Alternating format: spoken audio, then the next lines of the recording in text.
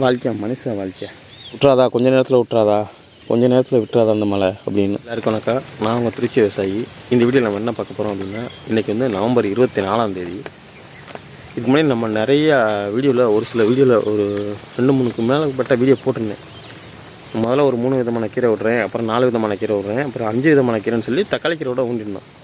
இப்போ அதை பற்றி அந்த வீடியோவில் பார்க்க போகிறோம். என் பின்னாடிக்கு வந்து மாசி பச்சை. இதுக்கு முன்னாடி நான் 2 பாத்தி ஊண்டுறேன்னு சொல்லி ஒரு வீடியோ போட்டிருந்தேன். அதை ஒரு 5 நாளைக்கு முன்னாடி அறுத்துட்டேன். அன்றைக்கி என்னால் வீடியோ எடுக்க முடியல, அதனால் ஷார்ட்ஸ் வீடியோ மட்டும் தான் எடுத்திருந்தேன். இப்போ இந்த கீரை பற்றி ஒரு ஃபுல் வீடியோ போவோம். ஏன்னா அந்த வீடியோ நீங்கள் பார்க்குறீங்க அப்படின்னா விவசாயோட கஷ்டத்தை உங்களுக்கு தெரிஞ்சுக்கணும் அப்படிங்கிறது தான் இந்த வீடியோவில் சொல்கிறேன். இதில் எதுவுமே ஃபேக்கு கிடையாது, எதுவுமே கிடையாது. நான்லாம் வந்து போலியோ சொல்கிறது கிடையாது. ரியலாக என்ன நடக்குதோ அதுதான் உங்களுக்கு வீடியோவை பதிவு பண்ணி போடுறேன். சுத்தமாக சொல்லணும் அப்படின்னா வீடியோ கூட எடிட்டிங்லாம் கிடையாது. ஸ்ட்ரைட்டாக என்ன எடுக்கணும்னா அதை அப்படியே உங்களுக்கு அப்லோட் பண்ணி விட்டுறேன். சரி வாங்க, எனக்கு நடந்த தரமான சம்பவத்தெல்லாம் பார்ப்போம். இன்றைக்கி நவம்பர் 24 இன்றைக்கி வந்து நம்ம அப்படியே வயலுக்கு வரலாம் அப்படின்னு சொல்லிட்டு வந்தேன். ஏன்னா ஒரு 4 நாளாக நான் அந்த பக்கம் வரல. கடைசி அந்த மாசி பச்சை எடுத்துகிட்டு போனதோடு சரி.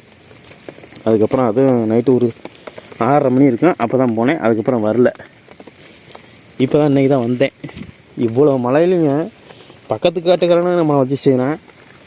அதுவும் இல்லாமல் நமக்கு இயற்கையாக வச்சு செஞ்சது நிறையா. இந்த 2025 நிறைய நம்மளை இயற்கையை வச்சு செஞ்சிருச்சு. பேர் இழப்பு. 2000 இத்தனை வருஷமாக சாவடி பண்ணதோட இந்த வருஷம் சாவடி பண்ணி எனக்கு பெரிய இழப்பு தான், நஷ்டம்தான், கடன் தான். இது சொல்லி கொஞ்சம் எல்லாம் கூட மாற்றம் கிடையாது, எல்லாமே கடன் தான். இப்போ இந்த வருஷமும் நிறையா பார்த்துருப்பீங்க, எல்லாம் நஷ்டமாக தான் ஏற்பட்டிருக்கும்.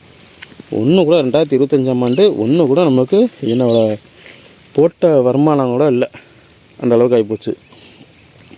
அதான் எல்லாமே இருக்கே அப்படின்னு நீங்கள் நினைக்கலாம். எல்லாமே ஏன்னா இங்கே ஒன்றுமே இல்லை. அதுதான் உங்களுக்கு நான் தெளிவாக பக்கத்துலேயே காமிக்கிறேன். நம்ம இதெல்லாம் அரைக்கீரை விட்டுருணும், எல்லாம் வலிக்க பூண்டு கீரையெல்லாம் காலி. அதே மாதிரி முளைக்கீரையும் சிறுகீரை எல்லாமே காலி. அகத்துக்கீரையாக தப்பிக்கும் அப்படின்னு பார்த்தேன். அகத்துக்கீரை அதுக்கு மேலே இங்கே வருங்க, அவ்வளோதான்.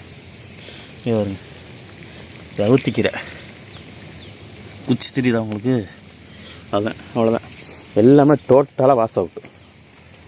2025 எனக்கு பேர் இழப்பு அப்படிங்கிறது ஃபஸ்ட்லேயும் சரி, கடைசிலையும் சரி, சென்ட்ரலையும் சரி. 4 காலாண்டு ஆகிப்போச்சோம். 4 காலாண்டில் எல்லா காலாண்டுமே நமக்கு நஷ்டம்தான்.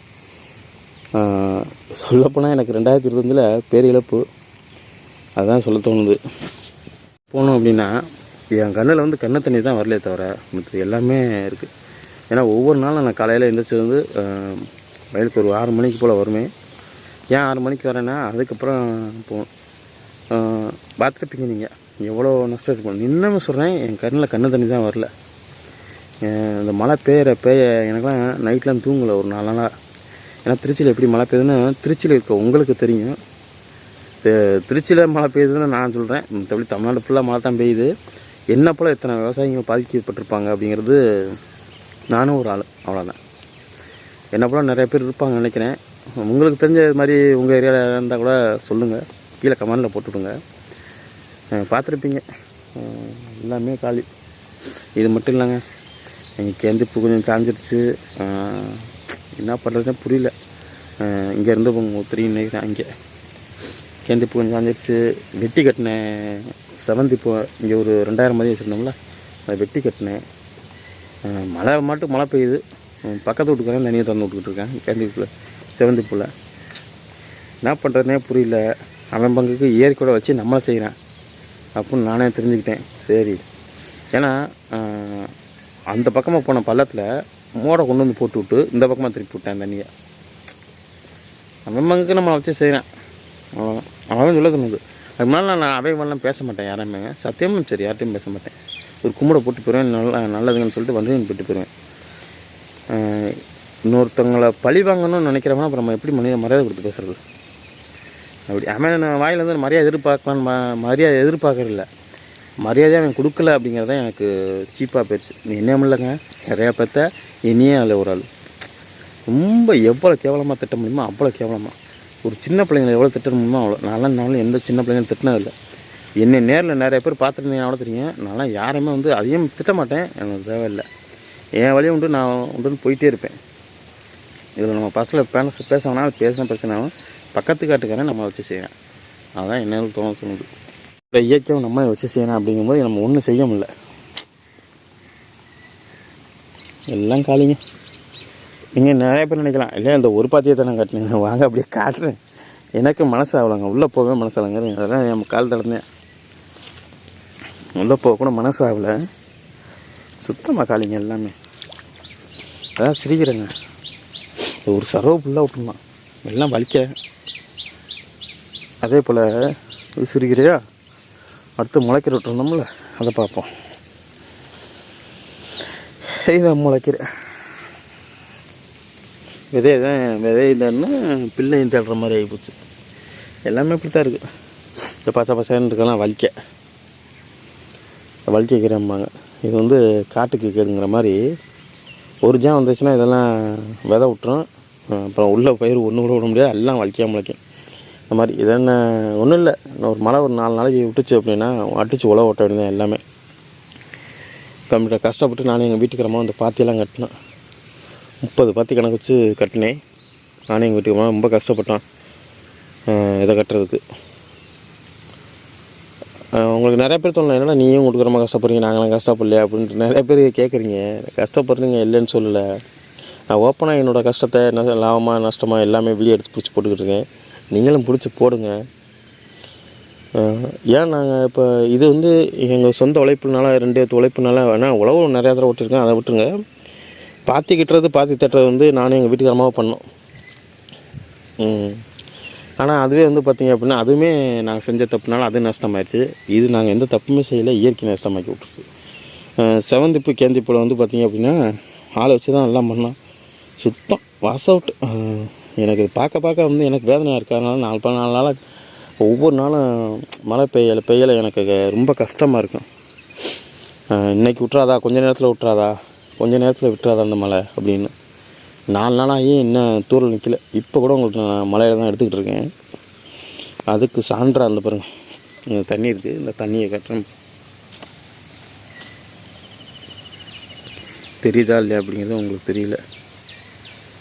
எனக்கு நல்ல மழை தெரியுது. சுற்றி கூட காமிக்கிறேன், உங்களுக்கு மழை தெரியுதா இல்லையா. மழை பேஞ்சிக்கிட்டு தான் இருக்குது.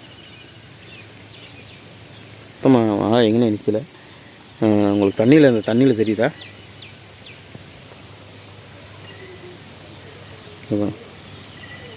இது சின்ன தண்ணி, இதில் விழுகிற சரியாக தர பக்கத்தில் தெரியல. அங்கே நம்ம விழுகிற மழை க்ளீனாக தெரியுது.